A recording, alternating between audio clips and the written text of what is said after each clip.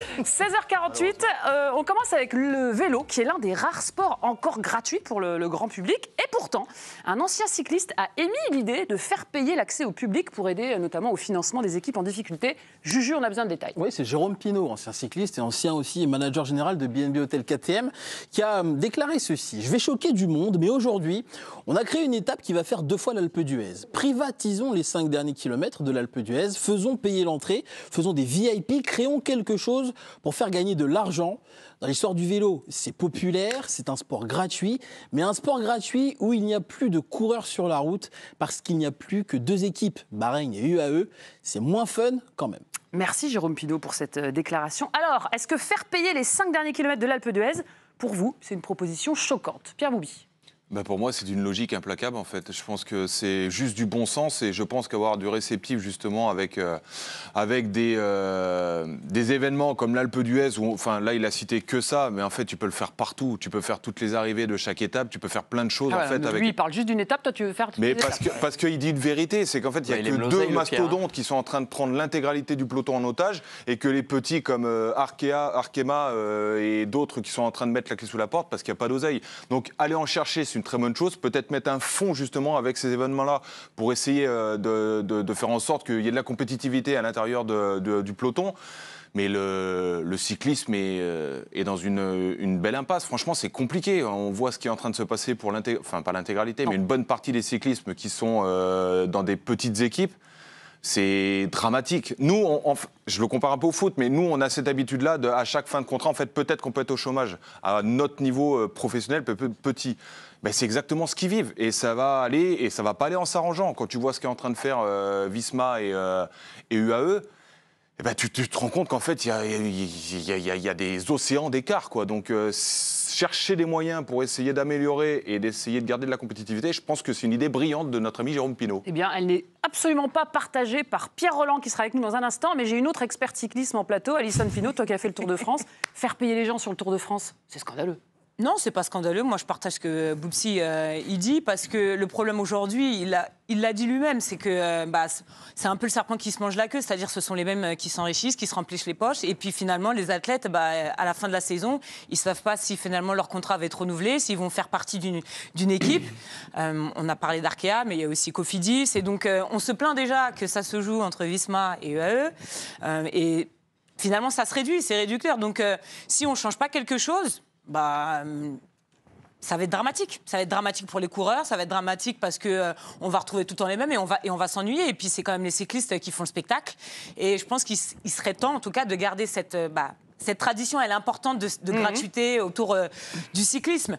Mais peut-être qu'on est arrivé au paroxysme de ce modèle-là et qu'aujourd'hui, il faudrait peut-être penser comme le foot le fait avec le foot amateur, comme on peut le voir en Coupe de France, où il y a un retour justement vers les équipes justement de tout cet enrichissement. Alors Alison et Pierre, vous l'avez évoqué dans vos différents arguments, c'est vrai que depuis quelques années, il y a des équipes de cyclisme professionnel qui ont disparu, tout simplement. En première division, quand on prend les équipes de l'UCI World Team, on peut citer trois équipes. Arkea BNB Hotel, c'est tout récent. Kubeka Next H, une équipe sud-africaine qui a disparu en 2021. Ou CCC Team en 2020, anciennement BMC Racing. En UCI Pro Team, c'est la 2e division, on va dire.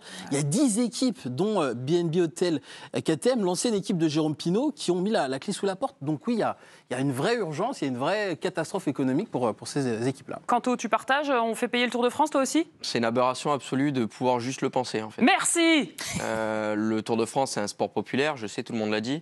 Et le foot, non. Mais le foot, c'est un sport différent qui a toujours vécu avec un modèle économique où tu rentres dans un stade, tu payes. C'est pas le cas du cyclisme, c'est au bord des routes, c'est sur des voies publiques. Je vois pas pourquoi les gens auraient à payer. Il faut qu'on garde et qu'on conserve cette magie. Pourquoi il y a autant de monde et qui viennent de cultures différentes, d'horizons différents et surtout de familles qui ont des moyens financiers différents. Pourquoi? Parce que c'est un événement qui rassemble tout le monde. Moi, j'ai pas envie que ce soit des familles les plus friquées françaises qui puissent accéder au sommet de l'Alpe d'Huez et que les gens qui n'ont pas d'oseille, ils sont obligés de rester au pied quand il se passe que dalle et que le peloton est en train de rouler. T'as pas compris ça démarche. Mais si, mais bien sûr, quand on me dit de privatiser les 5 derniers kilomètres, c'est les sponsors. C'est les sponsors. Tu fais payer les partenaires, en fait. Ouais, tu fais payer les partenaires. Regarde, quand tu vas voir un match de foot. Mais du coup, ça veut dire que c'est les partenaires qui ont le droit de décision sur qui rentre et qui ne rentre pas. Mais tout le monde ne va pas rentrer, sinon tu gagnes pas d'argent.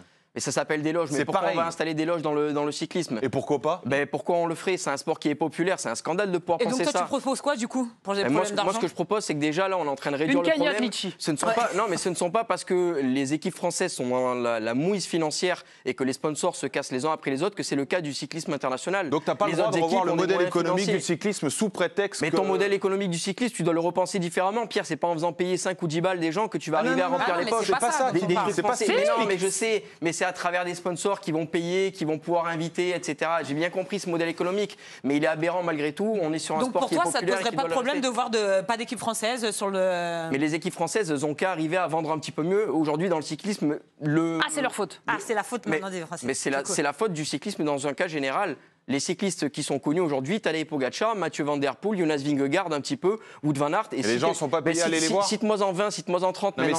Pourquoi? Parce que c'est un sport où on n'arrive pas à populariser les cyclistes.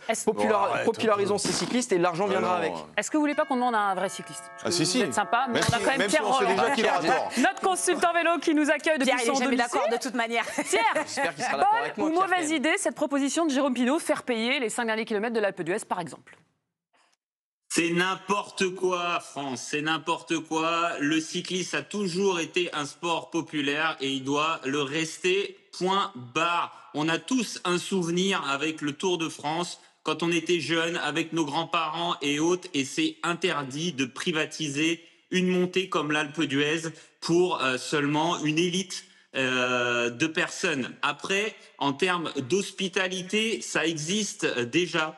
L'organisateur a un service d'hospitalité pour des top VIP, des partenaires, les collectivités et autres. Et il y a également des équipes qui font déjà très bien le travail en termes d'hospitalité, c'est-à-dire qui privatisent 200, 300, 500 mètres carrés sur le parcours où ils installent des camions, de la restauration et autres. Ça existe déjà. Il n'y a rien de nouveau, c'est un peu comme des loges dans le foot, sauf que toutes les équipes n'ont pas le budget pour le faire et souvent c'est un service qui est un petit peu déjà compris dans le budget par rapport aux partenariats qui donnent déjà beaucoup d'argent. Donc pourtant on ne fait pas payer le public. Pierre Bouby répond. J'arrive pas à comprendre l'argument. En fait, c'est un sport populaire. Le football est un sport populaire. Le Tour de France, c'est pas un tournoi de six du football. Je veux dire, tu peux très bien. Non mais tu peux très. Mais et alors? T'es pas dans un stade. Le fait, même si t'es sur des routes, c'est quoi le problème? 24 heures du Mans. Quand il passe sur la départementale, mais non, mais quand il passe sur la départementale, c'est fermé. Bah voilà, là tu essaies de faire un peu la même chose. On se plaint qu'il y ait des supporters sur le bord de la pelouse qui n'arrêtent pas de jeter des gobelets des fois avec un liquide un peu farfelu. Il y en a qui courent à côté des cyclistes alors que c'est interdit. Tu peux très bien juste poser ça sur la table en disant bon, il y a une réflexion à mener, il y a peut-être un système, un modèle économique à faire évoluer et faire payer l'Alpe d'Huez. Je suis désolé, mais ça va partir comme des petits pains. Et toi, t'es pas en train de te dire que le Tour de France. T'es pas en train de te dire que si tu fais ce modèle-là sur l'Alpe d'Huez, tu vas le faire sur le Tourmalet, tu vas le faire sur toutes les courses, et puis au début tu prends 5 km, et après t'en prends 7, et après t'en prends 10, et après tu commences à faire payer les entrées aux gens. On sait que quand tu commences à mettre un modèle économique où tu vas prendre un petit peu d'argent, où tu vas arriver à gratter un tout la petit popularité du cyclisme. Mais bien sûr, les gens ils vont plus payer pour aller voir le Tour de France, c'est un sport qui est gratuit. Pierre Roland veut vous répondre. Il va parce que c'est gratuit avec ses enfants. Vas-y Pierre. Tout simplement, ce que tu dis, Pierre, ça s'entend, mais où va aller l'argent? Ça va pas aller aux équipes, ça va aller à l'organisateur et ça va pas modifier le modèle économique. Ça veut dire que chaque partenaire, chaque équipe, comme Arkea qui vient de mettre la clé sous la porte, devraient, eux, privatiser une partie du parcours, je sais pas, 500 mètres, 1 kilomètre de barrirage, 1 kilomètre linéaire, on va dire, et faire leur activation avec les partenaires, avec des petits fours et autres. Mais très honnêtement, c'est pas ça qui va sauver la vie d'une équipe. Ça va générer certes un peu de revenus parce qu'une équipe de vélo au jour d'aujourd'hui, il y a le partenaire qui donne de l'argent et ça ne génère aucune recette. Ça va générer un tout petit peu, mais pas de quoi sauver une structure comme Arkea BNB qui vient de mettre la clé sous la porte. On rappelle que le manager demandait 35 millions d'euros. Donc je vous laisse imaginer le nombre de petits fours qu'il faudrait vendre. Pierre, j'aimerais te lire une autre déclaration de Jérôme Pinault. Il dit « Aujourd'hui, on est dans un système d'ultra riches, mais il n'y a pas d'oseille. Le vélo est en train de se tuer à cause de ça. Je suis très inquiet pour mon sport. » Alors, deux petites questions, Pierre. Déjà, est-ce que toi aussi, tu es très inquiet pour l'avenir du vélo? Et tu as un peu répondu à ma deuxième question, mais comment une équipe de vélo gagne de l'argent aujourd'hui? Surtout que vous n'avez pas de droit télé. Vous ne touchez pas de droit télé. Une équipe de vélo ne gagne pas d'argent. Une équipe de vélo, ça reçoit de l'argent d'un partenaire privé ou d'une collectivité et ça le dépense. Voilà, c'est tout. On dépense de l'argent en recrutant des coureurs, en se déplaçant de course en course, mais il n'y a pas de billetterie. Il y a très peu de ventes d'accessoires, des ventes de maillots. Souvent, c'est le partenaire textile qui prend cette partie-là. Peut-être il y a une petite contrepartie, mais c'est très léger. Le cyclisme dépend uniquement de ses partenaires et il y a un déséquilibre entre les pays. Il n'y a pas la même fiscalité pour une équipe aux Émirats qu'en France. Et c'est ça le problème, c'est qu'en France, on est taxé énormément et 30 millions d'euros en France, c'est 60 millions aux Émirats. Donc il y a forcément un déséquilibre qui se crée très rapidement. Alison. Pierre, j'ai une question pour toi. Donc, du coup, c'est quoi la solution pour toi? Parce que finalement, vous recevez de l'argent, vous générez pas de recettes et vous faites que dépenser. Et donc, moi, j'ai aussi été j'ai joué en France, j'ai joué aussi à l'étranger. Et cette histoire de fiscalité, dès qu'on parle en France de sport, ça revient constamment en fait sur la table. Forcément, quand tu pars à l'étranger, tu vas aux Émirats, tu vas dans d'autres pays, la France, nous, on paye double et donc il y a un déséquilibre qui se crée. Donc, qu'est-ce qu'on fait en fait au final pour se sortir de ça? Il y a deux possibilités. Alors, ça va être compliqué à mettre en place, mais ce serait que toutes les équipes cyclistes professionnelles du World Tour soient basées dans le même pays au niveau du siège social. Par exemple, que toutes les équipes soient basées en Suisse, parce que l'UCI est en Suisse, et que tout le monde ait les mêmes rapports avec la fiscalité pour donner déjà un petit équilibre.